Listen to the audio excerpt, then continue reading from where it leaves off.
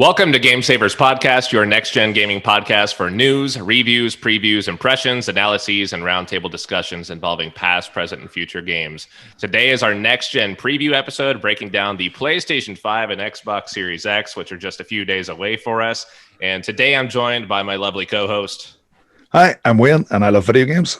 And we're also joined by current Game Savers family member, Ken. Hey, thanks for having me back. All right. And then we've also got Trey Dog with us, who's now in the Game Savers family. Welcome, Trey. All right. Hey, guys. How's it going? I'm looking forward to playing next gen with you guys. Yep, we're almost there. So here in just a few days, I can't believe it's here. We've been talking and waiting for this for months. Seems like years at this point, but we've survived 2020. This is the light at the end of the tunnel, I think, for a lot of gamers. And just to be at this stage is incredible. So just as a heads up for everyone, next week or two, we're going to go ahead and give you our impressions of these consoles once they get here, assuming shipping and everything goes all right there. But that's going to happen. So keep an eye out for that in the next 1 to 2 weeks, as well as the latest gaming news. But without further ado, maybe we can just dive right into these consoles. I know each of us have got 1 or 2 of these consoles headed our way in just a couple days. Maybe we could talk about what's headed our way and why. So start with Wayne. What do you got coming your way? I have got the Xbox Series X pre-ordered, coming directly from Microsoft themselves. We already talked about the fun and games we had trying to get those pre-orders in.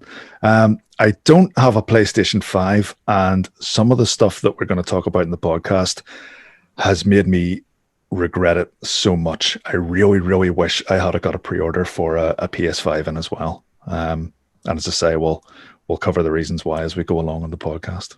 It's going to be a deep regret. Hopefully you don't have to wait long for it, but I guess we'll see what happens with the stock there on release day. Trey, what about you? What have you got headed your way? So I was able to order a PlayStation 5 the day that they announced that the pre-orders were available. I got mine through Amazon, and I just immediately hopped on my computer, just started refreshing the page, and I was actually able to order it and, get it. So I have the disc version of the PlayStation 5 coming, and I'm just excited, man. It's gonna be incredible. How about that? Was that like the most stressful day of your life, by the way, was trying to land one of those? Oh my God. It was so stressful because I had to work late that day. So when the pre-orders were announced, I was still working. So, I didn't get a chance to look on Twitter until maybe 2 hours after they were announced. So there's just all these different waves of pre-orders was rolling out. So I was able to catch the first or second wave of the Amazon rollout. So yeah, it was extremely stressful, and I'm just glad I finally got mine pre-ordered, man. It sounds like we had the same path because we were out at dinner that night and came back, and I thought, well, what the hell? I thought we were waiting until tomorrow, Sony, and then Walmart, broke the floodgates down, and we know what happened from there. But exactly, that's good to hear. Ken, what about you? What's coming your way? Yeah, so I sort of took a risk with this generation, and I've actually pre-ordered the Series S.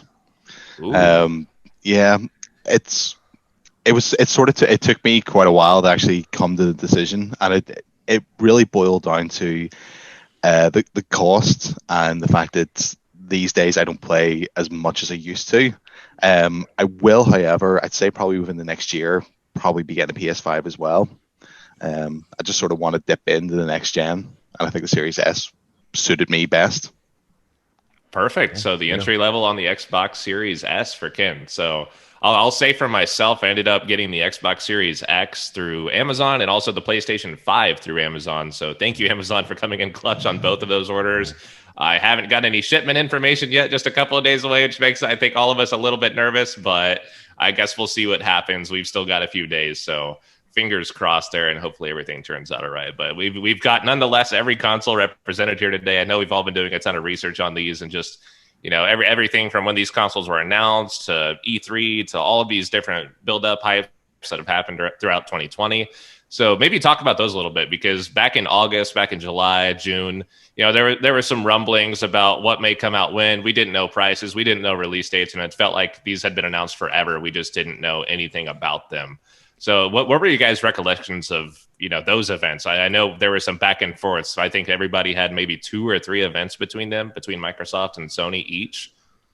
Yeah, I was see the way that the information was kind of drip fed to us. For a long time, it felt like we weren't getting as much information as what you would expect to get leading up to these launches. It seemed like it really, really felt like these consoles were just around the corner, and still we didn't know. I mean, We didn't know the price of the PS5 until very, very recently. And because of that, I was screaming from the rafters saying, these consoles are not coming in November. They're just not. With everything that's happened in 2020 and the state of the world, I just thought these are going to be delayed. You know, we're not getting these in time for Christmas. And I'm reasonably confident that we are at this stage. But, you know, as I say, 2020, don't count your blessings until they've hatched, if that's even an expression, which it's not. But yeah, that was the whole way through this whole hype and lead up. I was constantly thinking these consoles aren't coming. So the hype train, although it existed, I wasn't on it. I wasn't on it at all until very, very recently when it started to turn around. And yeah, it looks like these consoles are arriving in 2 days. Yep. After everything else with like concerts and holding out there and everything else in 2020, why would you be, optimistic, right? What about you, Trey? Exactly.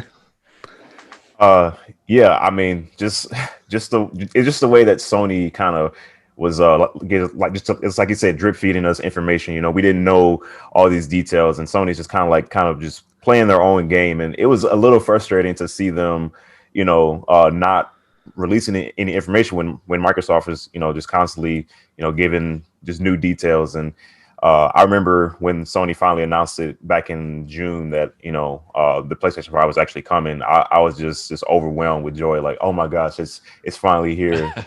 It was incredible just to, kind of experience that firsthand. Like, this is the next gen of gaming. Like, this is something I've been looking forward to just for years now, because we knew it was coming. We just didn't know when. So absolutely. What about you, Ken? I think I was sort of more on the side of Wayne. Like, there wasn't as much hype from myself as probably most people. I whenever it was all announced by Microsoft, especially because I knew from the get-go whatever the next gen console was going to be, I was more likely going to stick with Xbox, because I've been with them for so long that it's always going to be my sort of main console, or at least my first console. And Microsoft fired the first shot this time around, right? As far as making announcements and, showing us a little bit of details. Yeah. I mean, we all knew it was coming anyway. And the same with the PS5. Like, we all knew it was coming. There were so many. I remember seeing leaks, probably well over a year ago by now, and it was the trademark, for the logo, which exactly the same as the PS4. So there was not much change there. But I remember people seeing those those trademarks go through, and everyone was like, "Oh, there's a PS5 coming." But it was going to happen. We've got that far into this current generation that you had to be getting a new console out within either this year, next year, within the next couple of years at least. The generations have become incredibly predictable. Like, it is 7 years per generation. I would put money on the table right now to say that there'll be a PlayStation 6 in 2027. 2017. No, yep. 2027. Yeah. 2027, we're coming for you. that would be nice, but right. Yeah, I'll say my recollection of those events, it was just fantastic. I mean, I didn't like that we had to wait so long. I think there was one event that both Sony and Microsoft had held in the same month. I believe it was, correct me if I'm wrong here, probably May, June, July, somewhere in time frame over the summer. I remember the weather was actually decent, but I remember the event had happened, and then we didn't get any information really about the console. We had some game info come out, but we didn't learn a single thing about the console. And I remember thinking, oh my gosh, like, how much longer can we wait? Like, if this does happen holiday 2020, it's only 5-6 months away at that point. Right. And finally, Xbox came out, fired that first shot. Sony came out and had their big press conference. And, they occasionally, like, throughout that 2-hour conference, or sorry, it was only an hour, but they kept teasing us, right? They kept showing, like, these really futuristic looking beads that were like, you remember that feeling, Trey? I know you can see that. Yeah, man. And, go ahead. Yeah. It was just like, it was just like a constant, like, okay, we're building up the hype, and then there's just, we're just right there at the edge, and they're just waiting, and and then when it finally happened, I'm just like, just this wave of emotion just rushed over me, man. And yeah, it was an incredible build up. I hope they don't do it again, because it sucks as a gamer to have to wait that long. But I think the payoff will be worth it when we finally get our hands on the next generation consoles. So Yeah, absolutely. And we've got both of these again coming out here in the US. We've got the Xbox Series X and S coming out on November 10th, just a few days from now. And then later in the week, we've got the PlayStation 5, both the standard edition and the digital arriving on November 12th, which is a Thursday for us. When do those come out over there in Europe, Wayne? The Xbox release date is global, so it's hitting the whole world on November 10th. Okay. But the PlayStation Europe is getting it 1 week later, so we get it on the 19th. Man, I'm sorry you have to just watch us enjoy ourselves for a week before you finally get a chance to dive into it. I'll be cool with my Xbox. I'll be happy. I'll be running around England slaughtering people in Valhalla. So I'm fine. I'm good. That's right. So, I mean, gosh, so much has happened again in 2020. We've seen a lot going on there. Have you seen any marketing happening yet here with only a few days away? I know here in the US, Trey, maybe you've seen these as well, but there's just been a ton of commercial hype I see the Xbox and Sony. Every time there's a 30-second commercial break on TV, I think I'd probably see more Xbox right now.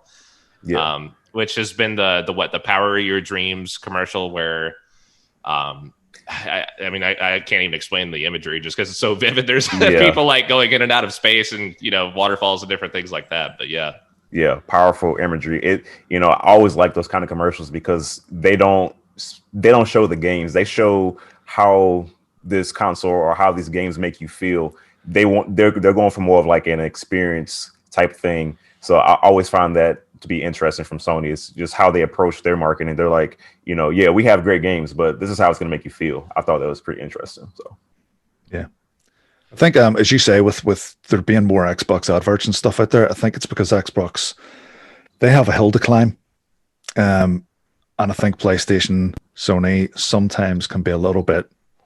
We're PlayStation.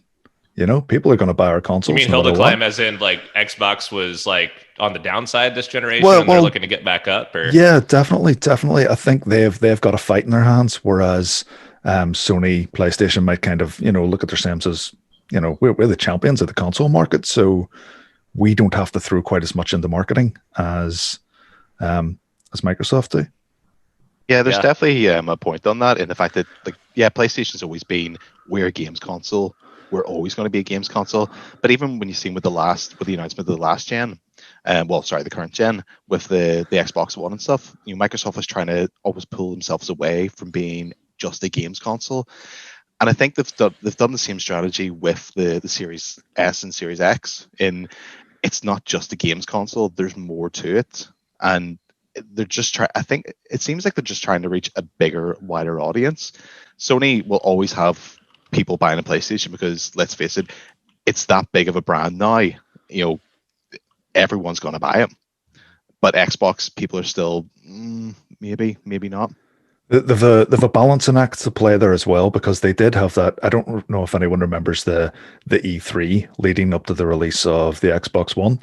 This must have been 8 years ago now. But they came out and they just hammered home the message that this thing was great for watching TV on. And everyone just walked away going, where's Master Chief? Where's Forza? Where's all these games that we buy these box? I don't buy this to watch Grey's Anatomy. I don't buy this as a fridge. I buy this to enter into these incredible worlds that these amazing video game developers make. And you're sitting there telling me that I can watch football on it. It's just it was such a misstep. Such a huge misstep. I've actually seen a YouTube video where someone's like cut out every time the word TV was said during that. And it's something like 3 minutes long of just TV. It's almost the equivalent of, you remember in Blizzard, I forget what conference that was at, but they came out and said something along the lines of, they announced Diablo Mobile, and they were like, what? Yeah. And everybody booed, and they were like, what, you guys don't have mobile phones? And it was like the most tone-deaf statement ever. Like, how can you even say that? It was one guy stood up, and he was like, is this an early April Fool's? Are you guys kidding us, I haven't heard anything about that game since. Did it actually come out? Like, what's the state of that game? Like, that's a good question. I have no idea. I don't know where they're going with that. So, no interest in the game. Only interested in the memes. There you go. Wayne, you mentioned Master Chief, and that was something that's kind of hit a nerve with me, just being a huge Halo fan, like any other person on an Xbox. And throughout the marketing here in the US, some of the commercials they've had a lot of it has featured Master Chief as well, whether it's the helmet or And there's been some things where Trey, maybe you see this too, where it's the guy from Get Out, the horror movie. It's the actor from that. Yep, him. Yeah. And he's in there, and then it says Master Chief and takes off the helmet, and it's that guy. And I'm just thinking, like, how are they featuring Master Chief right now for a console launch when there is no Master Chief at console launch, which could be a year away for all we know, right? I mean, that to me was upsetting, and it hurts to see it, I think some of us underestimate just how well in advance some of the marketing videos and content is created. Like, I would say all that stuff that we're seeing on TV now was probably made between 9 and 12 months ago. Wow. And, you can't pull a last minute. When Halo got pulled last minute, you can't just go and trash all your marketing content. You just got to roll with it. And I mean, it's not like it's dishonest. Halo will come to the console. It's disappointing. And it's a big kick in the teeth for Microsoft that they're not launching with a Halo title. I think that would have kind of changed the landscape a wee bit in terms of numbers sold. I guess they can't sell any more than they can manufacture at the minute. But as you say, it's all right there. Even I've seen the retail boxes that the Xbox comes in, and it's Master Chief. It's Halo all over it. There's Master Chief again. He's everywhere, despite not having a game for this current gen. As I say, a bit of a kick in the teeth, but a lot of people, a lot of gamers that I know, the ones that have their heads screwed on, they understand that when a game gets delayed, it gets delayed for a good reason. It's anyone who starts screaming and crying whenever a game gets delayed, to me, is kind of, I don't know, do you want good games or do you want games now? Sending death threats over to CD. Yeah. And if Halo takes another 6 months, so be it. Although just to throw a spanner on that comment, Duke Nukem Forever. Literally. Oh my God, we could do an episode about that. Duke Nukem Forever. We've been waiting forever. I mean, yeah. So Xbox, has anybody seen that fridge? Oh, right. See the fridge. I would do without an Xbox Series X for a year if it meant getting the fridge. I am in love with that fridge. Oh my God. I mean, I don't even have any room in my kitchen for it, but I would put it in the living room. I don't care. I would do whatever it takes to get that fridge. It's amazing looking. I love it, and I love the fact that it exists, because it's just showing that the guys at Xbox, the guys at Microsoft, they have a sense of humor. They understand the sort of the culture of the kids that are playing these consoles. I say kids, like it's us as well, grown-ups and adults, but. The meme culture, the making a joke out of a console whenever it gets launched, they're all over it, and they're just running with it and having a bit of fun and having a laugh and creating this crazy size fridge. I love it. Like, Sony would never do that. They just wouldn't. I think the best move that they did with that was the fact that they gave one the Snoop Dogg. Yeah. I think just that cemented it how awesome it actually is. And that's how I first seen it. It was the video of him like showing the fridge. I was like, this is just hilarious. And it's his reaction to it all as well. One of the best things ever. Like, I've never wanted a fridge so much in my life. What were you gonna say, Trey? Yeah, I mean, it's just, they're just different marketing approaches, and I do kind of appreciate that kind of, making fun of yourself, because I feel like that is like the most pure form of comedy, is kind of making fun of yourself. If you can laugh at yourself, then I think others will find it funny too. So yeah, I do applaud Xbox for that. They might have a fridge, but we have a Wi-Fi type router type thing. That's what the PS5 looks like. So it looks like a spaceship, right? Spaceship, yeah. That's so cool. I mean, the fact that they did take memes and just bring it to life, it was. What is that? The future of console game marketing is home appliances. Is that maybe where this ends up in the future, where we have like a couch themed Xbox or microwave something? Like, where does this go from here? Is this the end of the the marketing ploys? Do we see that at a Best Buy or something like that next time we go in there, an Xbox microwave? Right. Hopefully. Wayne's all over it. Well, I mean, my PS4 Pro, it already heats up pretty good, so I can probably use it as a toaster oven if I really wanted to. So they're already on the right track. That's awesome. Anybody upgrading their TVs for this generation? I know I've seen just a ton of chat online about Reddit. If you actually look behind me here, because I don't have enough room in my apartment, you can see, as of yesterday, brand new television for these consoles and I've held off on getting a television for 11 years. Wow. And to have it, I know, right? And I've always had like, I'm not gonna act like I just had it like been living in peasantry on an old tube TV because I haven't, but but I've had 4K monitors and stuff like that, like for PC. But on the consoles, I've always just been playing 1080p, and I've never treated myself in that aspect. And we finally got the Sony Bravia. That's the X900H, I believe. So it'll be compatible with the 2.1 HDMI and all that. And awesome. That's awesome. Yeah, we're stoked. It's finally long overdue. I bought a TV. I think it was 3 years ago. It was whenever the Xbox One X came out. And it had the HDR, so I wanted the 4K HDR TV. Went with the OLED because I just wanted. I like buying. Whenever I buy a TV, I want to buy something that lasts. I don't want to be one of these guys that buys a TV and then 2 years down the line they want to get another TV and even better. We've all got that friend that buys a new one every Black Friday. Every single Black Friday. So I've got that one. My girlfriend, whose TV sits right next to mine, she had my old 1080p plasma Panasonic TV, and she's just recently upgraded to the latest version of the TV that I have. So she's got the LG BX. Now it does everything you need the TV to do for these new consoles. So she's going to have the 120 frames per second gameplay, which I'm not going to have. But the thing I really like about that is there's that wonder. I mean, most people, anyone who plays a bit of games can probably spot the difference between 30 frames per second and 60 frames per second. To me, it's day and night. Yeah.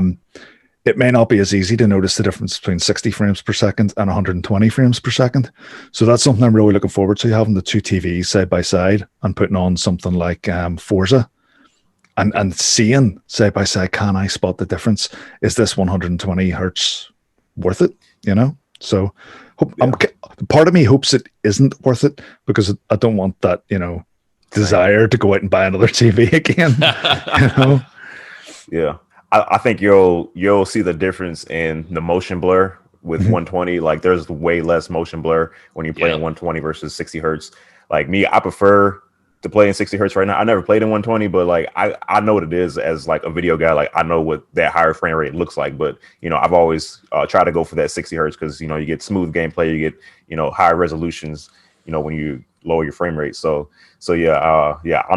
I probably won't upgrade my TV because I just got all my TVs to be 4K right now. So it's like I gotta go out and look for one that has 120 and variable refresh rate and all that. So it's just like I probably won't do it at launch, but somewhere down the line I probably will get something that has 120 hertz. But nice. Yeah, I made the jump to 4K as well. Our normal TV was just 1080, and I was always at some point was just going to make the jump to 4K. But I think this is just the best timing. With the new console coming, it's like might as well take full advantage of it. Yeah. Right. Yeah, we I mean, same as you guys. It sounds like we're all in the 4K boat together finally. And I don't know about you, but personally, I felt like I was just completely lapped over by a century when I went out and started looking at TVs again for the first time in a decade. And even like being familiar with the lingo and the hertz and frame rates, all that fun stuff.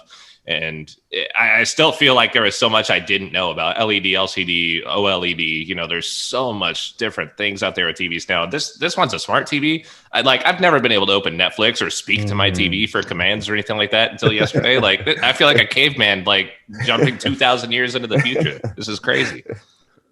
Yeah, I got one of the it was the Fire TV edition. So nice. I can control it with Alexa, and it is it is like living in the future, like telling her to switch it on, switch me input to my Xbox.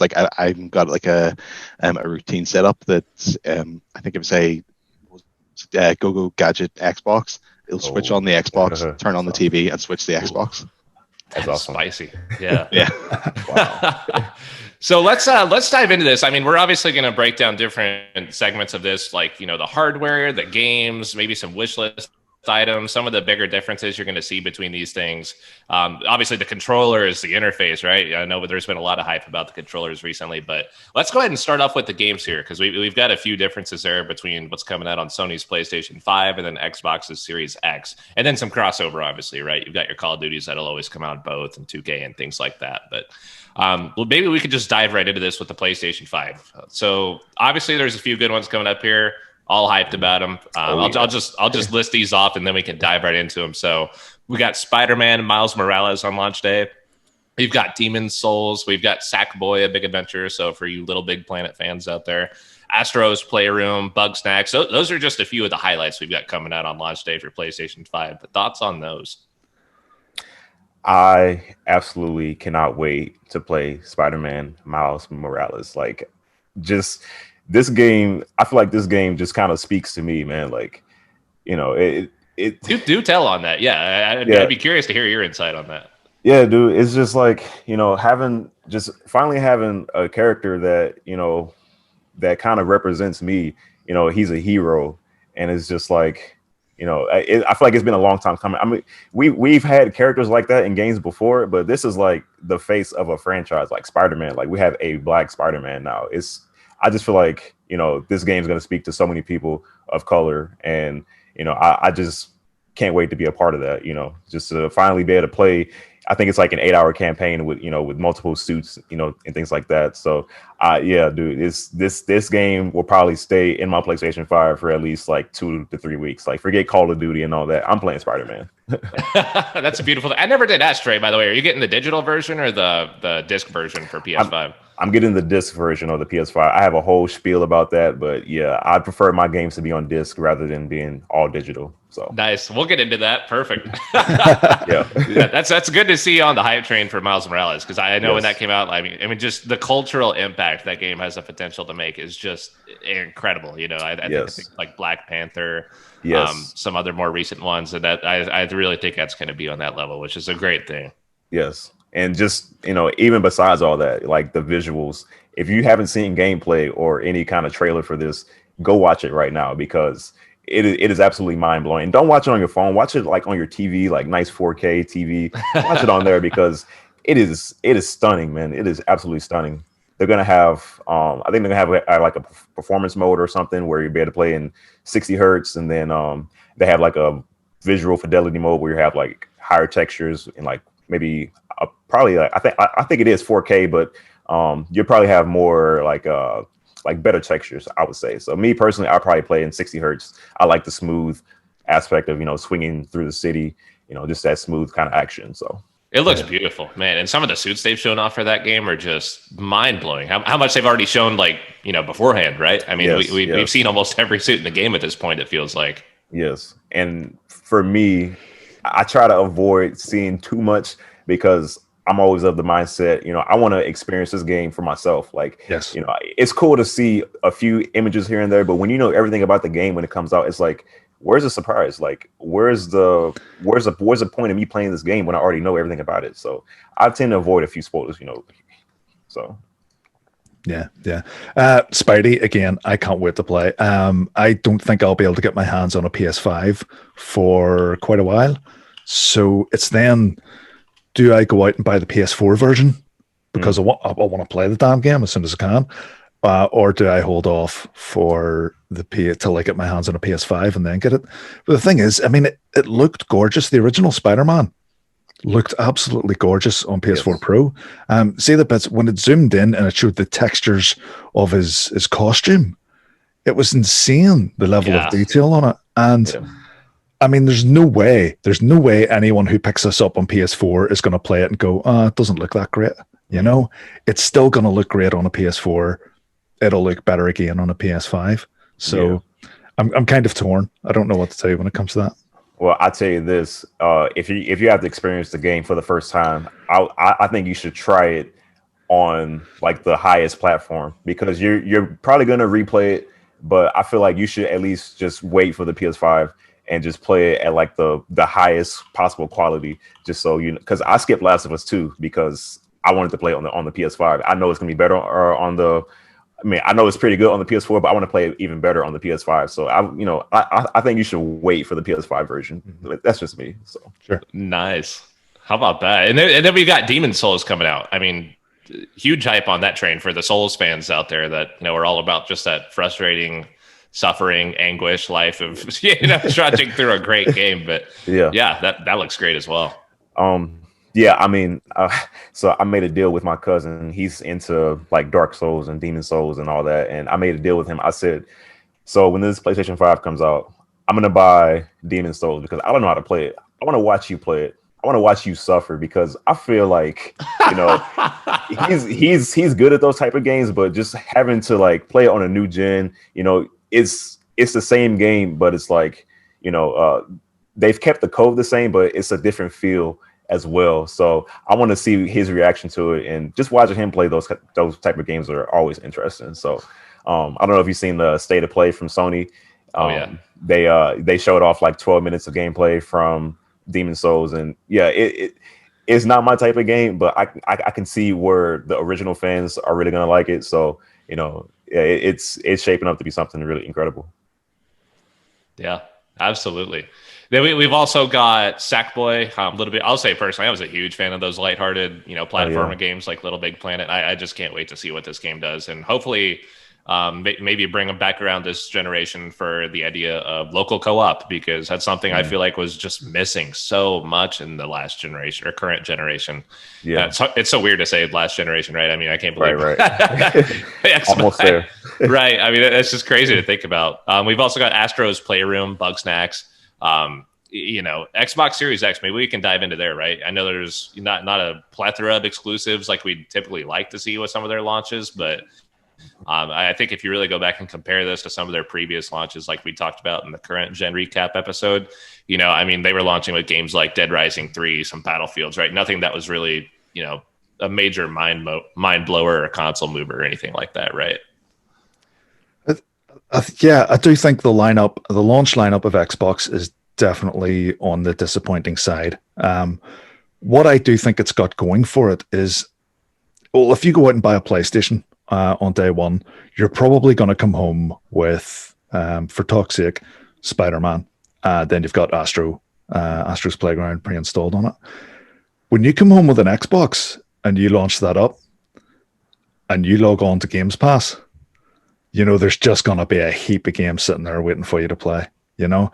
And I think that's the strength of Game Pass. When you're watching all these trailers and all these announcements for PlayStation, you're looking at all the games and going, well, that's $60 and that's another $60 and that's another $60. But when I'm watching all these launch games of Xbox, I'm sitting going, I don't have to pay anything. And I can dip in and try most of these games, you know?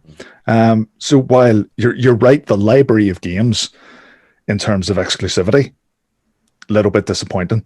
The library of games in terms of quality for money, I think brilliant. That's a good point. It looks like they're going to have a bigger crossover library, right? Because Xbox is actually going to support the previous generations. It seems like a little more than Sony this time around. Yeah, and it'll grow and it'll grow and it'll grow. I mean, we've got games like, I was going to say the Medium, but it got delayed to January, probably because of the Cyberpunk delay. Yeah, that game has bullied a few other games into I think the Shadow Realm, right? I mean, I think I've seen 4 December games all pushing back to January, just going, we're not even going to try. No, just push it back, you know? Smart. Yeah. That's my thoughts on the Xbox lineup. Lack of exclusivity, but speeds of value for money. And Xbox have definitely seem to be pushing Game Pass a lot more for this generation. And I mean, fair play to them. It is a fantastic thing with what you can do, especially now the fact that you can play it on iOS and Android. Mm-hmm. You can play it on your phone. You've got all these games pretty much in the palm of your hand, literally, as well as on your console. I like the fact that whenever I get my new Xbox this week, I can take my current hard drive that's sitting attached to my Xbox One S, and I can plug it straight in, and the data should still work. And the fact that all those current gen games can run straight off it, you do lose the ability that of the faster loading times connecting up to a rotational drive, but the fact you can literally just plug and play, just go straight from one console to the other. Yeah. And then the fact that even at that, with Game Pass, you've got hundreds of games all sitting there ready to play. Yeah. And then, the cool thing as well is this generation, Sony and Microsoft are both pushing the backwards compatibility. And it means that, like, previously when the new console was coming out, you might be sitting there going, oh, I need to get this Batman game finished so that when the new console comes out, I can start Assassin's Creed on that. Whereas with both these new consoles, doesn't matter where you are. You can be halfway through a game. You take out your old console, you plug your new one in, and you just keep going. You know, pretty fascinating. You think about the old days of like, the Game Boys where you had to like, pray to like have that weird cable and transfer over all your data. Like, I hope this works and just see what happens. Right.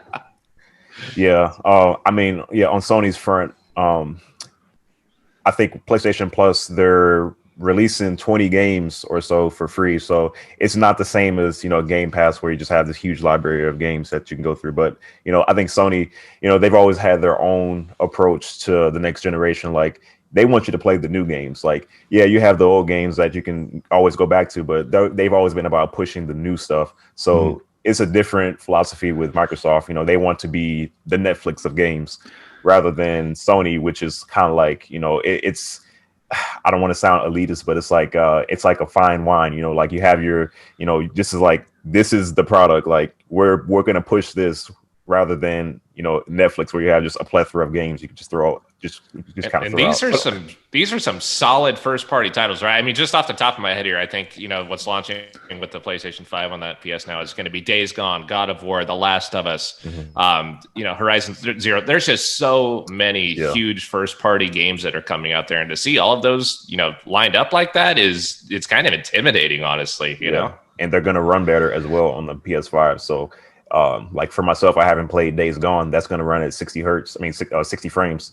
So I'm looking forward to jumping into some of these games I haven't tried yet. So has anyone got this problem that they've bought games, not played them, and now there's better versions of them coming?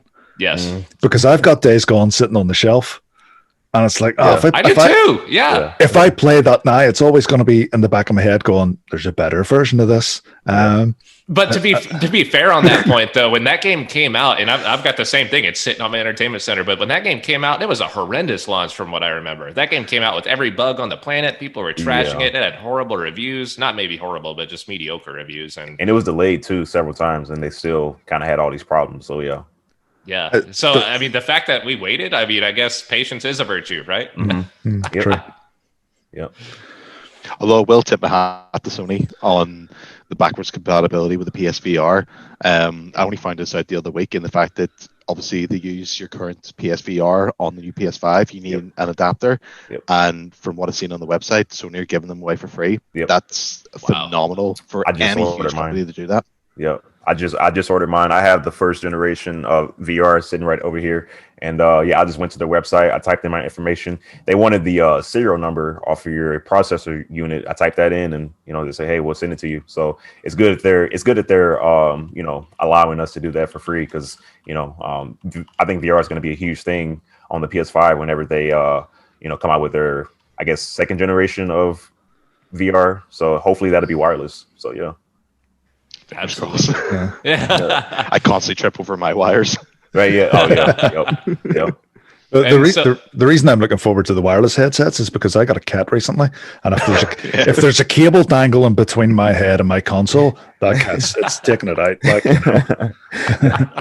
that's a challenge for the cat. So the Xbox Series X, obviously, there's Tetris Effect connected. There's Gears Tactics, which is coming over, and a lot of other games which are crossing over from the Xbox One. They're going to make the jump into next gen, but outside of that, we're waiting on some exclusives there, which hopefully end up being a lot better in 2021. But as far as what's coming to both of these consoles, some of the highlights, we've got Assassin's Creed Valhalla.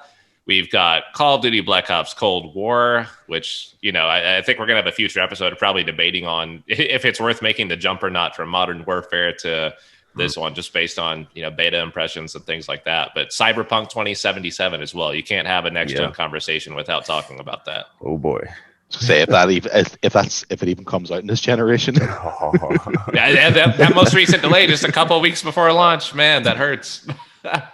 Yeah, dude, that was soul crushing. That was, I pre-ordered that game back in, I don't know, like 2018 or something like that. So it's just to keep seeing it being pushed back and pushed back. It's cool that I did it so early, because I got my pre-order price locked in from Amazon. But just come on, man, like By the way, so those of you out there that are listening, and if you're thinking about picking up Cyberpunk 2077 and you haven't pre-ordered it yet, and you're one of those where you're like, you know what, I just don't pre-order games anymore, that's fine. But you should note that this game, if you pre-order it right now, is $49.99. Save yourself that $10. If you're going to get it anyway, just get out there and pre-order this thing. It's going to be worth it. Save yourself the money. Yeah. But outside of that, I mean, Cyberpunk, which one of those three would you guys say you're most hyped for? I know Assassin's Creed Valhalla, the new Call of Duty Black Ops Cold War, and then Cyberpunk. If you're going to pick one of those and dive into the rest of your holiday season with it, it's Cyberpunk for me. Yeah, without a doubt. I know that I wasn't a massive fan of Witcher 3, but even though I didn't like the game, I could tell it was an incredibly well-made game. CD Projekt Red, for the most part, are a really, really good company that, very, very pro-consumer, free DLC, well-supporting games after their launch, that sort of thing, free upgrades. Everything about this game, to me, just looks positive. And the setting of it, we talked about GTA. Where would we like a future GTA? And I said a sort of futuristic world. And then that's what Cyberpunk's delivering.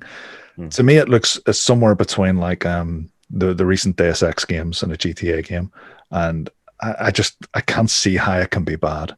Taking everything into account, it just looks incredible. And I can't wait for it. It just looks like a world I can't wait to be in. Yeah. Trey, you're a big COD fan. Are you going to be making the jump? Yeah. I mean, I'm torn.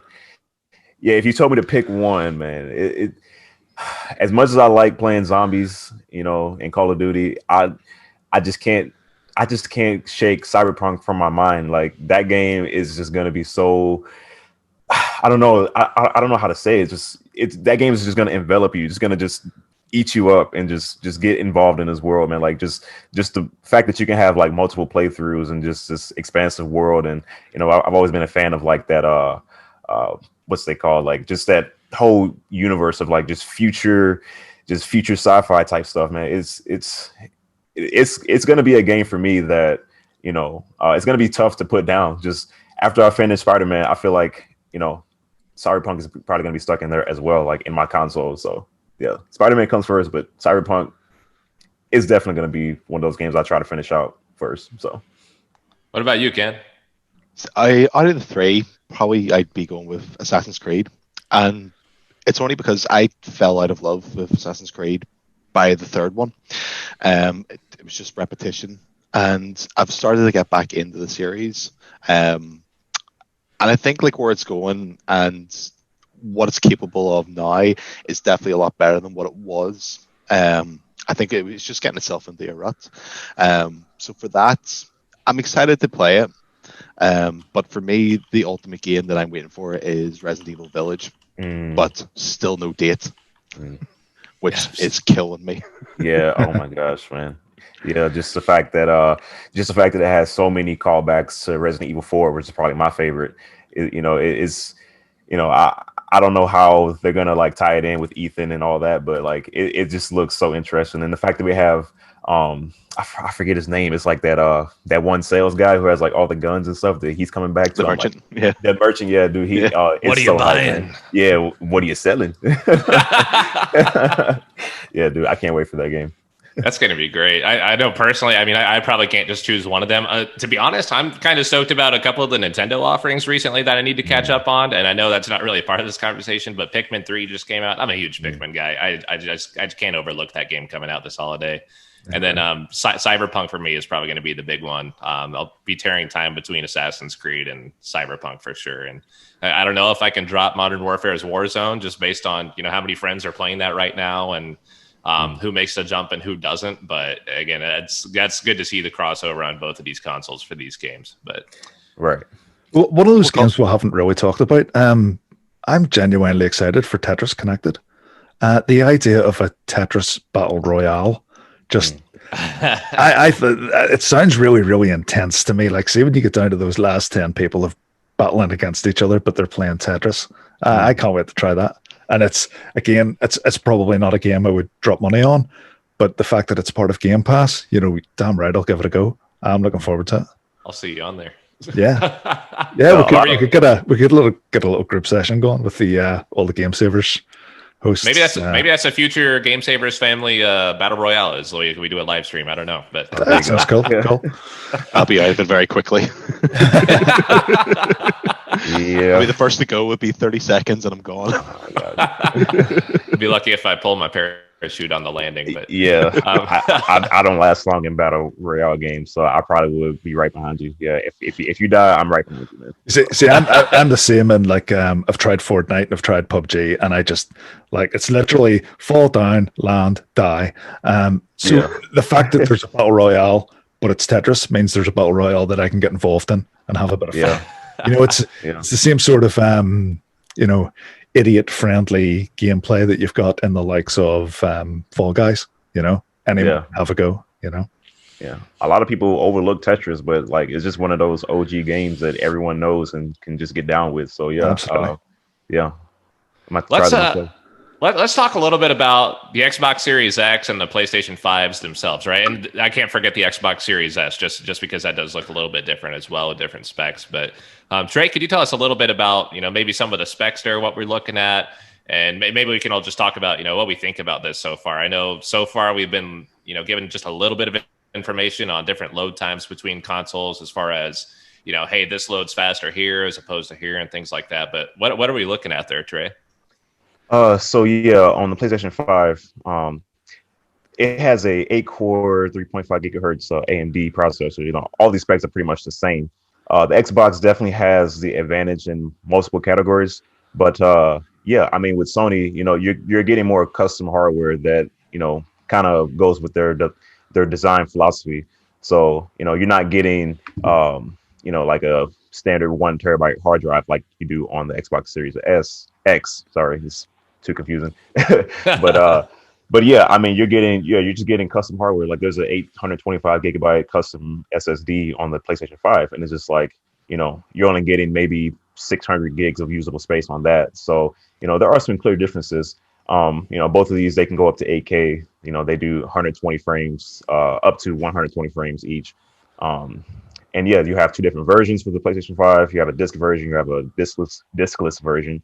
And yeah, I mean, a lot of these specs, like I say, they're the same, but Xbox definitely has the more powerful hardware. So it's just how these companies choose to use them.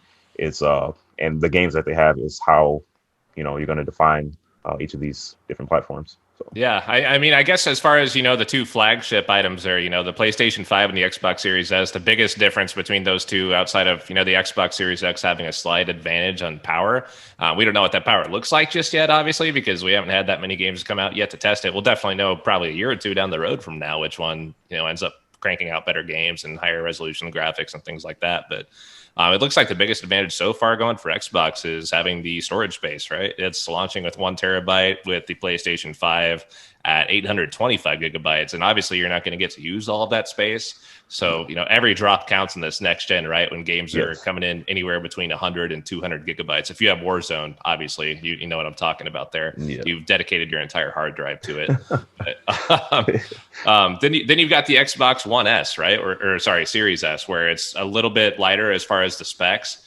As maybe you could talk a little bit about some of those differences there, Ken, from what you've been able to see, because I know you're getting the Series S, right? Yeah. So with it still has the same 8-core, but it's slightly lower in the gigs. It's 3.6. So it is only pushing out 4 teraflops, as in compared to the 12 teraflops of the Series X. But the main difference to me is it's the fact of what they've been able to push into this little small console. It's smaller than an Xbox One X. And the fact is, like, there's so much power within it. Xbox are boasting that it gives the same performance, just at a lower resolution.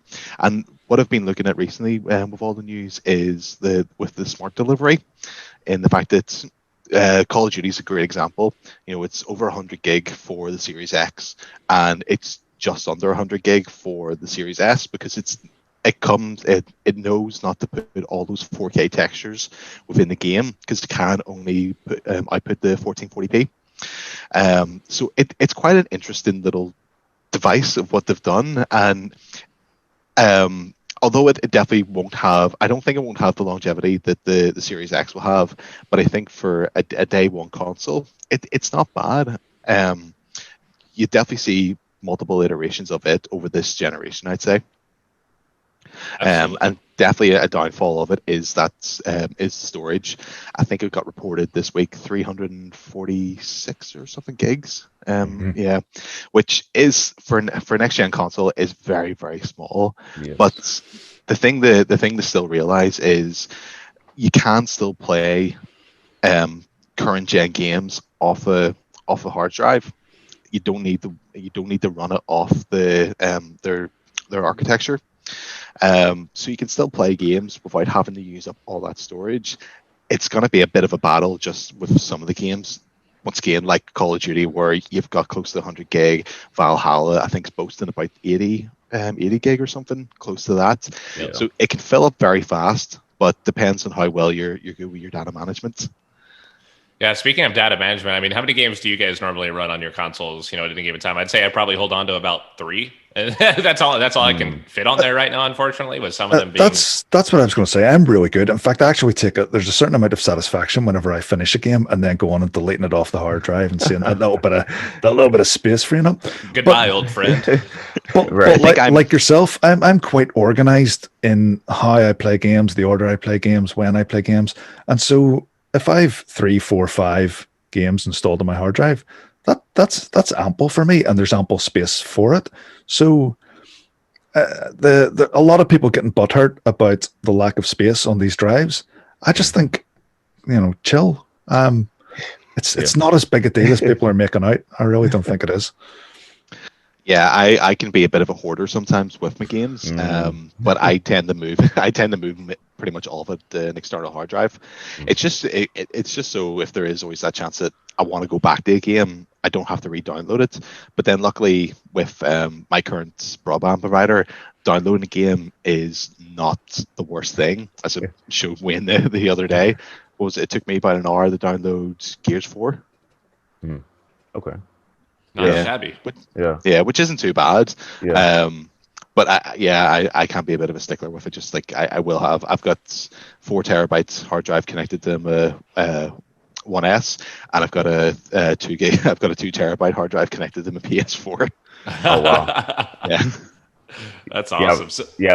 Like for myself, I have a 2 terabyte internal for the PS4 Pro, and I have like maybe like 15 games or so on there, and like maybe I think 4 of those are Call of Duty. Those all take up 100+ gigs. I got like Black Ops 3, World War II. I got like all those games. So, and I do go back and play all of those. That's why I do prefer to have a larger drive. And I think it's going to be a problem for me at launch when the PS5 comes out, because Black Ops Cold War is going to take up 130 something gigs, and that's like 20% of the hard drive space available. Huge, yeah. And I need all the space I can get. So whenever Sony announces which NVMe drives are going to be available, which are going to be compatible, I'll definitely be jumping on that ship to try to get me like a 2 terabyte, maybe even 4 terabyte NVMe drive, which will probably cost more than the console itself. But for me, I think it's worth it just because I do play so many games. So. Yeah, so speaking of compatibility, obviously there's a lot of news that's just dropped here in the last week or two. Again, we're a few days away from launch at this point, so a lot of this information, I can understand it being held to the last second or being leaked out or just being discovered by users as we go. But there's a few things we found out here in the last week or two, which maybe a lot of people haven't had a chance to catch up on, and we could touch on that briefly. So we found out there's going to be no backwards compatibility on the PS5 beyond what's a PS4 game, right? So if you have anything that's PS3 and not before that, rest in peace. Say goodbye to it. Maybe you can play it on those older consoles, but it won't be making the jump over to next gen. I'd be curious to know what happens to like the PlayStation Classic section of the store on there. I mean, I guess that's still kind of undetermined, but I know just those PlayStation Classic games.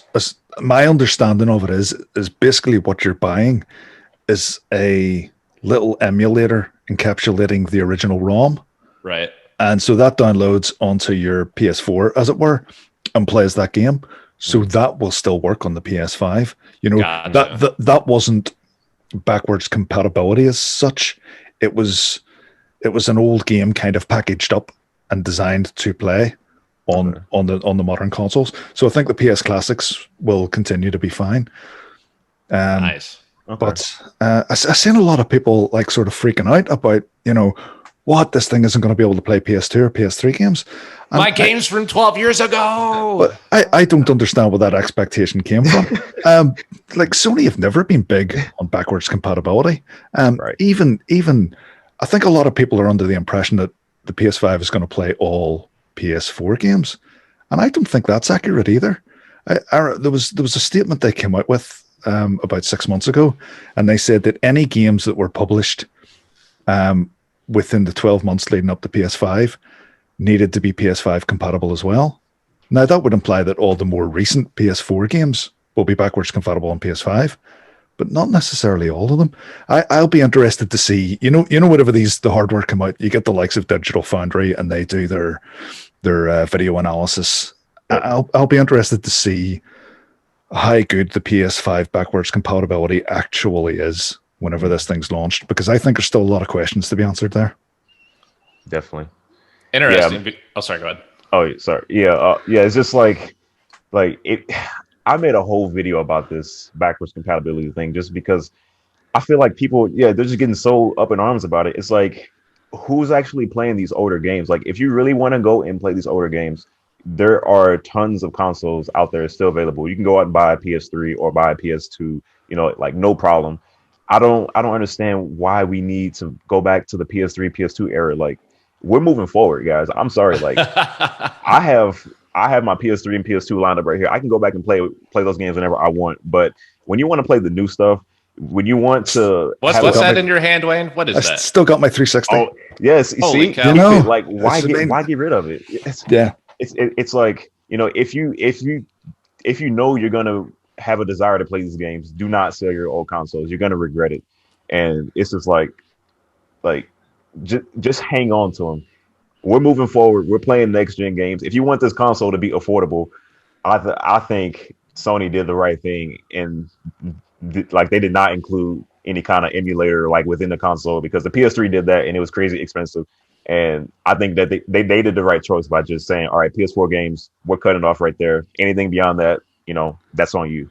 So see, I think that's interesting. I'll take the flip side of this, because if you look over at Nintendo on the Switch, they just recently released a pretty big backlog of, really old games, right? And you see how, the 35th anniversary for Mario is selling.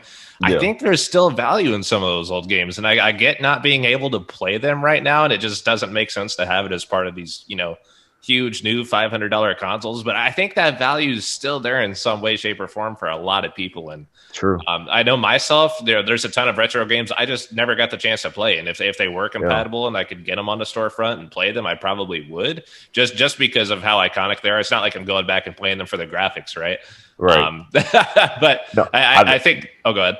No, sorry. Yeah. No, I get it.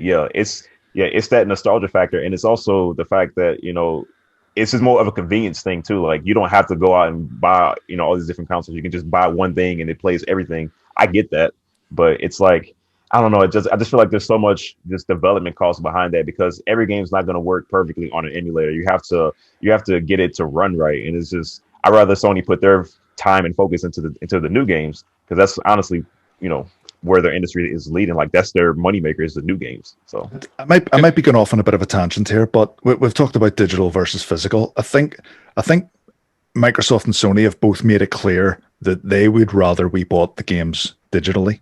I don't think they're keen on the second-hand market, people being able to buy games and them not getting a cut.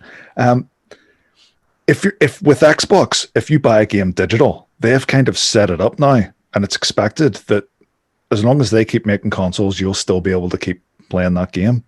Sony haven't really sold us on that, So if you buy a physical game, if you've bought a physical game on PS4 or PS3, and then the next console comes out, well, it's goodbye games library. Your games library gets wiped out, and you start from scratch again if you don't have backwards compatibility. So in that sense, they're shooting themselves in the foot without backwards compatibility if they want people on this digital bandwagon. So conspiracy theory time and cue like the alien UFO music and all that. Use your imagination, folks. We don't have the editing skills for that, but no. But so conspiracy theory here. Let's say they're gatekeeping and cutting off the PS4, right? Mm-hmm. Do you think there's potential to do that to maybe drive up interest for remasters in the future? I'd say possibly, yeah. Yeah. But then the thing is, that is the world that we are living in at the moment. There is such a big nostalgia boom, with everything from TV to film, the video games, and that's why you have seen this huge wave of all these games from 20 years ago, getting the remasters, in the fact that the vision that was back there 20 years ago can now be seen in a better light. I guess something that we're talking about, like with the Resident Evil series, the remasters, the remakes of 2 and 3, visually it look absolutely fantastic, and I prefer playing them now than going back and sticking, loading up the PS1 to play it. We're almost getting spoiled in a sense. Like I'm all for the remasters. I think it adds a new light and brings a new it brings all these games into all these games that we love from years ago. It brings it back, and it brings it into a new audience, which is always good. I think there's two different elements of a remaster. I mean, recently Microsoft has shown off Gears 5 on the new consoles. And it's not a remaster as such, but they've taken a pre-existing game and they've given a new lick of paint, and it looks absolutely fantastic. In the current climate, in the way that games are being handled at the minute, if they showed that off and then said, "Yep, there you go, now pay us full price for that," everyone would be like, "No chance. That game just came out 18 months ago or whatever it was, and you want me to buy it again? That's not going to happen. We expect, that they give it the lick of paint and they give us the smart delivery version that we've been talking about." But the flip side of that is, if it's an older game, if it is a game from 10 years ago, and a perfect example is the Mass Effect trilogy that got announced yesterday. I know you're stoked about that, Wayne. To a degree. I'm kind of on the fence still. I'm excited, but I'm on the fence. That there is justification in asking for money for that. We don't just want the lick of paint. We don't want it just running a bit better in the next gen consoles. We want them to take that and give us a version of it that just, brings it right up to date. And in that sense, even though backwards compatibility exists on the Xbox, I think most gamers would be happy to part with money for a remaster of the Mass Effect trilogy. I'm doing it. Yeah. I'm definitely doing it. I think that definitely applies. I think that applies to any game, because we'll all have that one game from when we were a child that we loved so much that if it was to get that whole new lick of paint and brought into this generation, I guarantee everyone would be dropping their money straight away at it. Yeah, it's just whether there is the audience for all those games. Sure, I agree. Sure. And that's just how it is. Let's talk a little bit here about the console design, right? We've been staring at these things for a minute. We waited for them for years, and now we know what the Xbox Series X, Xbox Series S, and the PlayStation 5 looks like. Not a lot of differences in the PlayStation 5 editions, but you got a pretty substantial difference between the Series X and the S, right? Thoughts on those? I really like the Xbox design. I don't like the size of it. The Series S, lovely wee yoke. I think it's fantastic. I love the size of it, nice and small. I like their nice, clean, square designs without anything fancy or ridiculous. It's like just a fridge, black, right? Yeah, it's just a black box. It goes under your TV and it disappears, and you don't think about it. And to me, that's fantastic. I'm not buying an Xbox to look at the console. I'm buying it to look at the games that I'm playing it on. So if it just kind of disappears into the background, happy. I think the PS5 is the ugliest console of all time. I do. I think it is horrific looking. I don't understand where that came from. Now, don't get me wrong. It's not going to put me off buying one. I'll probably buy it and I'll probably set it behind the TV. But goddamn, that thing's ugly. It really is. And the funny thing is, like, Xbox showed their cards first. They showed what the Xbox Series X looks like, and all the Sony I don't like getting into the fanboy side of things, but the Sony fanboys they slaughtered it. Look at the size of it. It's massive. It's huge. It's a square. then the PS5 came out, and they all just went zip, saying nothing. I think with the Series S, there was a slight part of me that was disappointed, and it's not that it's saying. I'm not saying that it's a bad looking console. It looks brilliant. That's the one that looks like a hot stove, right? Yeah, or the drive-through speaker. Yeah. But I remember seeing it was back when it was rumors of of this like all digital console, this all digital version of the Series X, and there was this like someone had made a mock-up, and essentially what it was half the size of the Series X, and it was all white. It still had that like concave at the top for the fan, and it was just like this little white box, and I thought it looked brilliant. I was like, if that's coming out, I'm 100% getting that just for the look alone.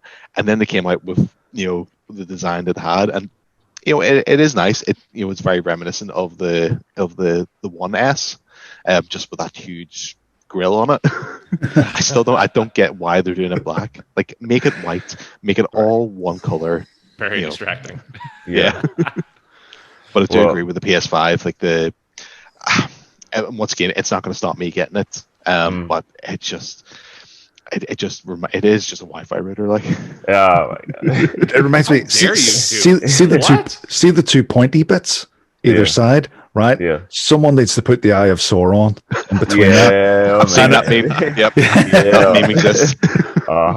You can't. I mean, for me, man, like initially, I was like, I didn't really like it at first, but as time went on, it kind of grew on me, and it's still growing on me. I like it. It's massive. It is like it is the loudest thing in the room, and I like that. Like, just the size of it. We know why it's so big. It's because it's trying to cool itself off. It's trying to keep itself nice and cool. So it has these just massive heat sinks and fans, things like that. So, but I've seen the teardown of both of them. I've seen both of them completely taken apart. The PlayStation looks like a safer design. I mean, we've both seen it in the past. Consoles coming out and not having adequate cooling and having problems because of that. Ring of death. I mean, when I seen that Xbox taken apart and then put back together, everything is really intense inside. Yeah. Everything is packed right in, and they've got this one airflow that's meant to cool everything. And I mean, the test units are out there, retail units are out there. Right. No one's saying that there's any problems, but I think there was one recently in can't help but be a wee bit. I think there was one recently in one of the Walmarts for the PS5. I think there was overheating, but when you looked at the bigger picture, you can actually see it was in like a Perspex case. Someone thought it was wise to just put this in like the tiniest little box, shove it in like a cash register or something. Yeah. Okay. I've seen a lot of YouTubers, and they've done it with the Series X and they've done it with the PS5, and they've kind of like put their hand on certain parts of it and going, "Oh, I mean, it is hot. That is really hot," and it's kind of. That's the point.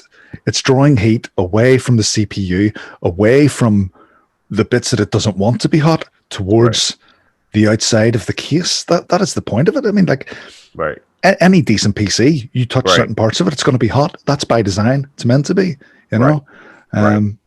So Trey, it sounds like this has grown on you, though, right? Yeah, it really has. And initially I wasn't a fan of like the two-tone design because Sony, they've always had like just the straight. Well, PS1 was gray, but PS2 was black, then PS3 was black, PS4 is black, and then we have just white and then black and blue kind of two-toned kind of thing. And it's growing. It's definitely growing on me just because, like I said, it is the loudest thing in the room, and everyone's gonna know that. Hey, I have a PS5. Like it's gonna stand up tall, and I feel like. Also, like with the face plates, I feel like there's going to be more possibilities to customize it, and I think that's going to be a cool part as well. I don't know if you've seen the on Twitter, there was like some Spider-Man edition, like it was like a mock-up. It looked absolutely incredible, and if Sony can kind of capitalize on that, face plate type thing, I think it's going to be huge. I'll say, Matt, go ahead. The joys of recording a podcast virtually. Right. But yeah, I'll say I absolutely loved it. I'm blown away by it. When I think of, a next generation, I really want something that feels and looks next generation. And to me, Sony has that with this console. I mean, it may look like a spaceship or a Wi-Fi router and, some other things in between, but it definitely screams at you. It lets you know that, hey, this is new. It is in the future. Yep. It's non-traditional in the sense that it doesn't look like anything we've seen before from a console, which I think is great. So, it makes it bold. It makes it stand out. I'm one of those guys where when I modify my PC right next to me, that it doesn't look anything like your traditional tower. It's one of the larger towers. There's, just a ton of curvature to it.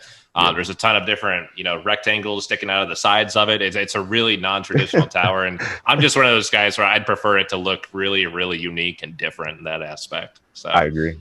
Yeah, I love it.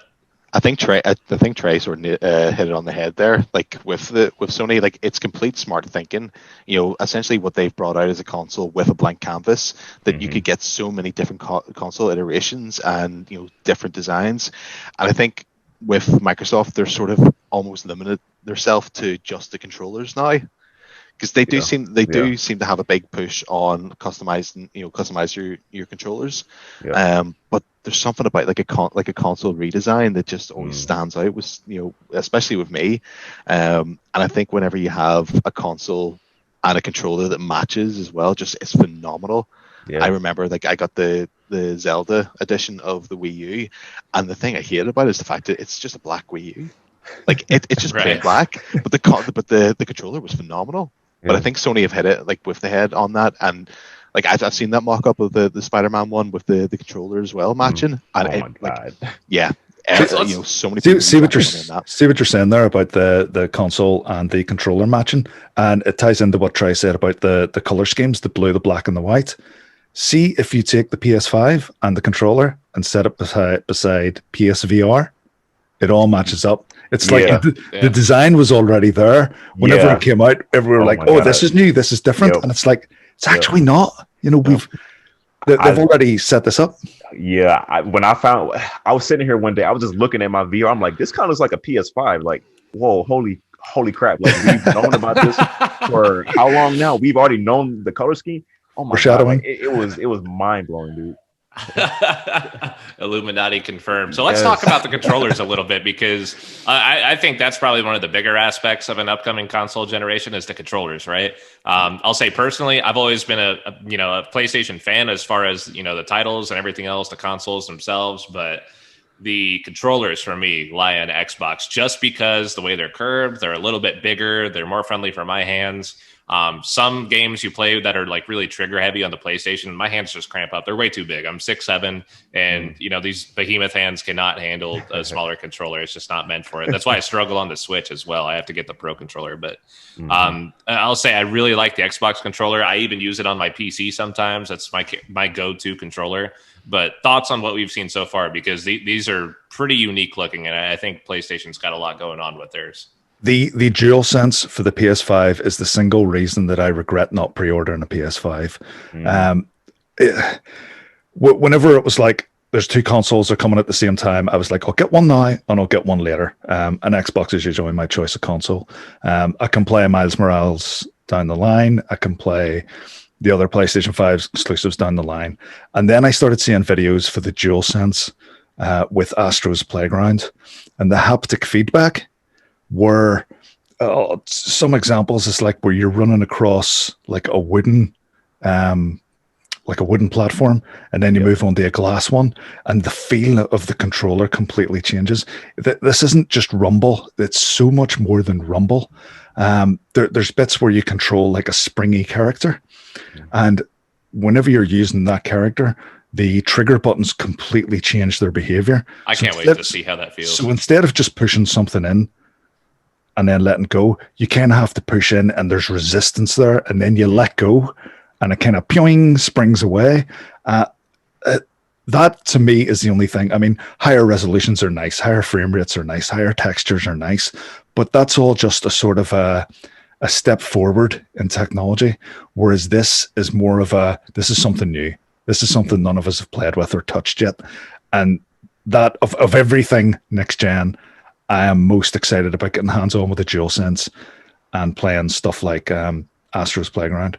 I think that the downside of it is if you've got games like most of the games we play are probably cross-platform games. So if, for example, Ubisoft are making an Assassin's Creed game for Xbox and PlayStation, are they really going to put much effort into a feature that's only going to exist on PlayStation and not Xbox? That's true. So we might only see this haptic feedback in the DualSense used on, first-party PlayStation titles for the most part. But regardless, I am so excited to just feel something entirely different in my hands. I can't wait for that. It looks incredible. Everyone's been blown away by it. Yeah. Yeah, I think with the Xbox controller as well, although there's not a lot of change, and I think that sort of says something about the current the current gen of the controller. Like I'm the same as you, Tony. Like I love the Xbox controller. My PS4. I can't use the Sony one. I've had to get myself on the Nancom Revolutions just because I prefer that asymmetrical feel. Yep. But now with the next gen, I mean the major difference is some slight textures and a share button. Is that Microsoft saying you can't you can't make any changes on perfection? Almost. Yeah. If it's not broke, don't fix it. Yeah. Right. Yeah. My cousin, he ordered the controller and he got it delivered sometime last week, and he said it feels amazing. Like it's a little bit heavier than the DualShock 4, and it's also, I think it's slightly bigger. So for those of you that have like larger hands, this one might feel a little bit more comfortable. But I know people have always kind of preferred that kind of offset kind of thumbstick thing. But yeah, I think the DualSense is going to be absolutely incredible. But I just wish they would have gave us maybe a little bit more battery life, because I know, when you're gaming, you're just locked in there. You don't want to have to plug in your controller, and I think it's gonna get like 7 hours of battery life, which is decent enough. But some of us, we game for 12 hours straight. So no shame. I mean, so speaking of the battery life, there, you touched on a good point, because Sony taking the same route this time around where you could charge it via USB cable. Xbox, we're still sticking to our guns here with the AA batteries, correct? Oh my god. Does anyone use AA batteries in an Xbox controller? Because I've got the play and charge kit. I do as well. And I've always used the play and charge kit. Yeah, no, but the thing is, I get why they're doing it, because if you look at the technology that we have, with smartphones, laptops, those batteries, while it's fantastic just to plug it in and charge it up, they don't have that longevity. Mm-hmm. And I totally get it on Microsoft's side, why you still want to put AA batteries in. Give the option that if you want to play and charge kit, we have it, here you go. But if you want the controller to last a bit longer, you can still go with AA's. Now obviously the downside to it is you could just sit it leaving, you could sit it leave for months and the batteries start leaking, which has happened to myself with my 360 controller, which I had to replace that. Wow. But I totally get it with still having the AA batteries. Think of the environment. You're Think of the environment. Come on now. Yeah, I mean, go ahead. Go ahead, Trey. Yeah, I do like that, because these controllers are pretty expensive, and the fact that sometimes these things break and you can't really fix them yourself. I feel like having the option to take out that battery kind of offers a little bit more. What's the word I'm looking for? Like you can maybe fix it yourself, because you probably have more access to it if you can take out the battery itself. There's more screws that you can access. But with the PS4, it's kind of hard to take these apart yourself. So I do kind of understand the fact that we have these AA batteries, and it's just like a different design philosophy for each company, and I do understand that, but you got to go with the rechargeable battery. Come on now.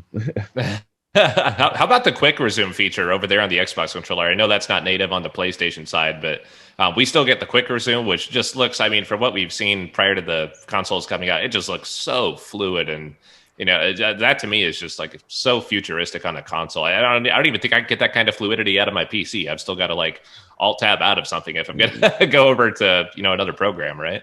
See, from my perspective, it's just that thing of Microsoft just going, here, look what we can do. Mm-hmm. I think on a gamer level, I don't think a lot of people are gonna get the benefit of it. yes, you'll get gamers who like are constantly doing live streams and are probably like between 5 or 6 games in one go. But I mean, someone like myself, I dedicate myself to one game, play it, complete it, then go on to the next one. So for me, it's just wasted. Like the videos that I've seen and the speed of it is absolutely phenomenal. And the fact is that you can actually switch off your console, switch it back on, and jump straight in. I love that feature, and I'd definitely be getting a lot more use out of that. Absolutely. Anybody seen anything on the user interfaces yet? I know personally, I'm kind of in the boat of where I've been trying not to look at it as much just because I want it to feel really new, but I also know that journalist side of me needs to get in there and see that stuff. So from what I've seen... Oh, go ahead. Sorry, I think the Xbox is pretty much the exact same as what it currently is now. It is. It's already rolled out, right? On current. Yeah, it's already rolled out there now, and they've rolled out with the mobile app as well. But the way they seem to be going for it is, they're pushing you more to use the app and use your other devices to get it all set up. I quite like the new interface on the iOS app. In the you can manage your library straight from your phone without having to touch your console. Insane. I love that. Yeah. I do like the interface currently. I agree with you. I like the interface, but when you buy a new toy, a new console, it's not gonna feel like anything's changed when you take out your Xbox One and you put in your Series X and you boot it up and it looks identical. It's not gonna feel like you got a new console. I think we've all had that same feeling whenever you buy a new phone, you buy a new iPhone, you copy all your settings over, and then you sit and look at it and go, it's the same. It's just the same. And I think I get a new iPhone, yeah. I think there's going to be an element of that when we get our new Xboxes, but when we get the new PlayStation and it's a big, shiny, brand new, completely different user interface, you're going to feel like you've got something new. And I think Xbox have missed out on that. And I don't know how much people care about this, but the user interface on Xbox Series X outputs at 1080p, not 4K. And that's it doesn't matter. All you're doing is browsing your games and you're choosing what to launch, and it's the games that matter. But it seems like an odd decision, and it seems a little bit underwhelming that this absolute powerhouse of a console runs its user interface at a resolution that was standard 10 years ago. Yeah. It'll be interesting. Sorry, go ahead, Trey. No, yeah, I didn't know that, because I'm able to run my PS4 Pro, like the interfaces in 4K, and it's a clear difference when you're playing in 1080p versus 4K, even just browsing for your games. So yeah, I did not know that going into that. So Sony seemed really proud of the user interface. I mean, whenever you boot up a PS4, when you get that shiny line going across and the sound and stuff, it's like it reminds me of Apple. They want you to be excited about that product from the first second it powers on, Yes. And I think there's a wee bit more pride with Sony in that respect. Right. Yeah, and it looks like we're getting a little bit of the same from Sony too, where there's not some major dashboard changes there, which is fine. It'll be interesting to see how these dashboards and user interfaces develop over time for this generation. Because if you think back to, let's maybe just go back a couple generations to the Xbox 360, right? Mm-hmm. That thing had like 5 different interfaces in its lifetime, right? Where you had the slide decks, where you use the triggers not the triggers, but the bumpers to go back and forth between different areas. Yep. And then that obviously developed into what we now see on the Xbox One, but it was a pain to get there, right? So I think it's going to be really interesting to see how these change, maybe after launch, maybe it's a year or two down the road, maybe it's just constantly changing, but all kinds of potential there. Yeah, I know with Sony, for me personally, I try to avoid looking at the interface. I've seen glimpses, but I want to have it be fresh for my eyes when I first see it. So, but they're definitely going to be trying to add more features down the line. That's normally what Sony does. They'll hold back some features, for future updates, and it's definitely going to evolve over time for Sony.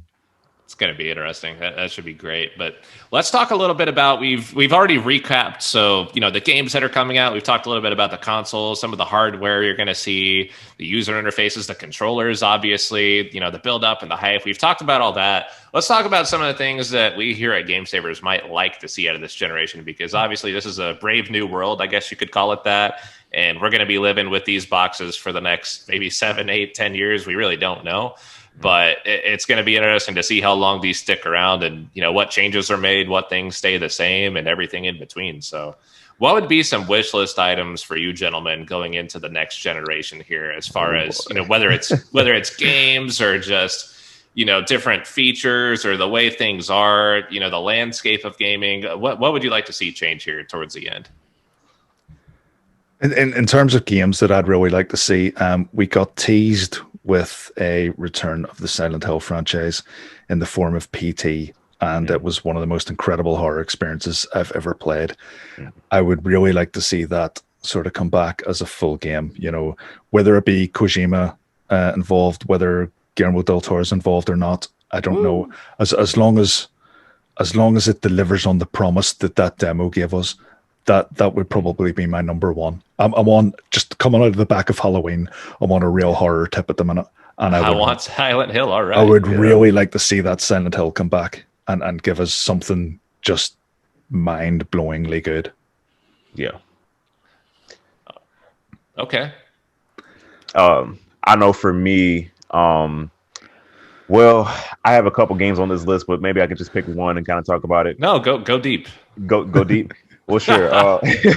Well, for me, I started thinking about this. I was like, what game we're probably missing on PlayStation that hasn't been around in a while? It's for me, it's SOCOM. Like SOCOM, I don't know if you guys ever played that, but SOCOM, my gosh, yes. SOCOM was huge on the PS2. That was like the game to be playing back in the day. Like you had your broadband connection and you had your mic and everything. It was like just the early days of online gaming for consoles, and I was sort of a part of that, but I feel like now there's kind of a missing segment in the market for a shooter like that can be kind of like military style co-op, something different from Call of Duty that can be more focused on cooperative play and things like that. I know Battlefield is kind of they're on the horizon, but Battlefield is kind of the opposite direction of Call of Duty. I feel like SOCOM can be kind of like in the middle of that, and that's one game that probably won't come back, but it's a hopeful wish. So yeah. Dream big for SOCOM. That's interesting you said that. Some of my wish list items, I mean, I'd love to see the return of some Tom Clancy titles, not just Rainbow Six, but was always a huge fan of, like you said, the SOCOMs. But on the Tom Clancy side of things, like military style, Ghost Recon was huge for me. Yeah. I would love to see some comebacks there. I'd love to see more on Rainbow Six, because we've been pretty much playing Siege forever now, it seems like. Right. Other things I wouldn't mind seeing, Valve, if you're out there, please get back into gaming. I love the platform and everything else on the PC, but man, I would love to see some threes out there, whether that's Half-Life 3, Left 4 Dead 3, Portal 3. I mean, these would just be so huge going into the next generation. I guess, games aside, some things I wouldn't mind as far as the landscape of gaming. I wouldn't mind seeing a return of couch co-op. I think that was something that was really lost this generation. I think back to Xbox One, the first big thing that happened to me that impacted that was Halo 5 coming out on the Xbox One, and there was no, real, 4-player co-op, which for us was all Halo was in college. So that being gone hurt. Nintendo's kind of picked up the slack there, but I would love to see that return on consoles as well. Other things too. I mean, Microsoft going forward, shoot, even though I'm kind of going all in on both of these, more so for Sony, I wouldn't mind seeing them becoming the real kings of the RPG genre they have potential to be, right? They've got Bethesda now. They've already teased Fable. They have potential to hold a lot of these games and use them, and I hope they do to an extent. I don't like to see other gamers miss out, but if they do hold that close to their chest, you're going to see Sony and PlayStation and everybody else start to push a little bit harder on their own exclusives. So yeah, that's a win for everybody in a sense. But right, that's some of the things I would definitely like to see going forward for the next 7-8 years. And also maybe one last thing, I would not mind seeing a change up to the most popular genres out there. I know first-person shooters and battle royale have just taken over this generation. I don't want to see them disappear, but I would not mind a change of pace for something just completely different we haven't seen before. I don't know if that's an RTS style genre that just comes out of nowhere and it becomes the future, but something that's creative we haven't seen before that I can't even think of that really just, wows us. So hopefully that, is the future from what we can tell. But one big thing I'd love to see this generation is I'd like to see Microsoft into the VR world. I would love to see, I would love to see Xbox have a crack at, competing with PSVR. And I know they've toyed and dabbled with AR, but I don't think it's got the same promise as VR. It's just not the same beast, you know. So yeah, I'm telling you, VR is definitely a game changer. Like there's nothing else like it. There's no way to describe it except putting the headset on for yourself and trying it. Like it's 100% with you. Yeah. What about you, Ken? Any wish list items out there? I think I'd definitely go on the same with Wayne in the fact that I want to see Silent Hill come back. Like I want to see that series, not necessarily just remasters or rebooting the series. Like I want to see like a new Silent Hill, and that obviously was the direction that they were going with PT and Silent Hills. I'd love to see that. I think I might have mentioned it on the Halloween podcast. Alien Isolation. I want to follow up. I 100% want to follow. Oh, you can't have a sequel for that now. Yeah, like that game was far too good to just leave it as a single game. And of course, I mean, with Resident Evil Village, I'd love this. I would still love to see Capcom, bring us these old nostalgic games back, and a Resident Evil 4 remaster. Definitely, I would love to see, but I'd love to see them bring back Dino Crisis. That series, like, yeah, we're gonna see a remaster for Resident Evil 4. It's definitely guaranteed. Like, just the success of Resident Evil 2 and Resident Evil 3, those remakes. Yeah, you're gonna see a Resident Evil 4. Like, it's coming. They can't not happen. Like, if they can make 4 and leave it at that, I'm happy. Yeah. Mm-hmm. Maybe do Code Veronica. But yeah, that kind of gets left out. I feel like that needs a total remake because it's definitely not one of the games that people kind of look up to, but I feel like it deserves a second chance. Really, with the current hardware or the next gen specs, we could make something truly great out of that game. So, but I say probably the final one. I'm pretty sure I'm not the only one on this boat, but for Nintendo, I'd love to see for the Zelda anniversary. I would love to see like a package like what they've done with Mario. Ooh. Yeah, there's so many Zelda games out there we've been at. I mean, that fan base goes back and forth on Wind Waker or, Twilight. I mean, there's so many different games you could remaster in the Zelda series, but to get them all in a package like that would be great. Yeah, I've been wanting Skyward Sword because that was one that I missed out on. So, something like Wind Waker, Twilight Princess, and Skyward Sword, throw those together. I think that's a great package. Although for me, like even if we can just get Wind Waker onto the Switch, I'd be happy. Like I play it on the Wii U, like whenever I want to go back for that nostalgia trip. But to have it on the Switch, they have it on the go would just be even better. You don't have to do much. I think it's possible. There are tons of collections out there. I think Nintendo will probably try to capitalize on that. With the success of like the Uncharted collection on PlayStation, Ratchet and Clank, they had that kind of collection. I think it's very much possible for them to do that, and So if there is one franchise, I know we've only got a few minutes left here, so in the interest of time, maybe just one franchise, we've already said a couple, that you would like to bring back from the dead for this next generation, because after all, it's all about the games, right? I'll say mine. Yes. I'm just going to throw it out there. Burnout. Bring back the Burnout series. Arcade Racers. We miss them. We love them. Please bring back Burnout. Yeah. I'd say for me, Turok. Ooh, yeah. Nice. I'm going to go with. I'm torn between two, but I think I'm going to go with BioShock. I think it's about time we got a BioShock sequel. My only concern is that all those BioShock games were headed up by Ken Levine, and he has moved on to other things. So it would be a BioShock without Ken Levine. I don't know how that's going to work. But BioShock. Otherwise, the other one I was going to mention was Dead Space. Okay. Yeah. All right. I mean, I've already mentioned SOCOM, but there is another game out there, like you say, with the couch co-op. I don't know if you guys played Baldur's Gate Dark Alliance 1 and 2 on PlayStation 2. It's kind of like a couch co-op, isometric type of game. I just wish they would come back and just make a third game for that. I know they're coming out with like a Dungeons and Dragons follow-up to that, but I don't think it's going to be isometric or that kind of view. I think it's going to be third person. So if they could just come back with some like that kind of old school isometric type feel, kind of like Diablo a little bit, I think that'll be just absolutely incredible for the next gen. That's a beautiful. I totally forgot about those. Wow. Yeah, I mean, dude. so many good games we just listed off here, and I guess maybe in a future episode we'll look back and say, hey, like we were asking for that, and Right. hopefully one of the publishers or developers out there are able to deliver. So, Please. we'll see what happens. But Yeah.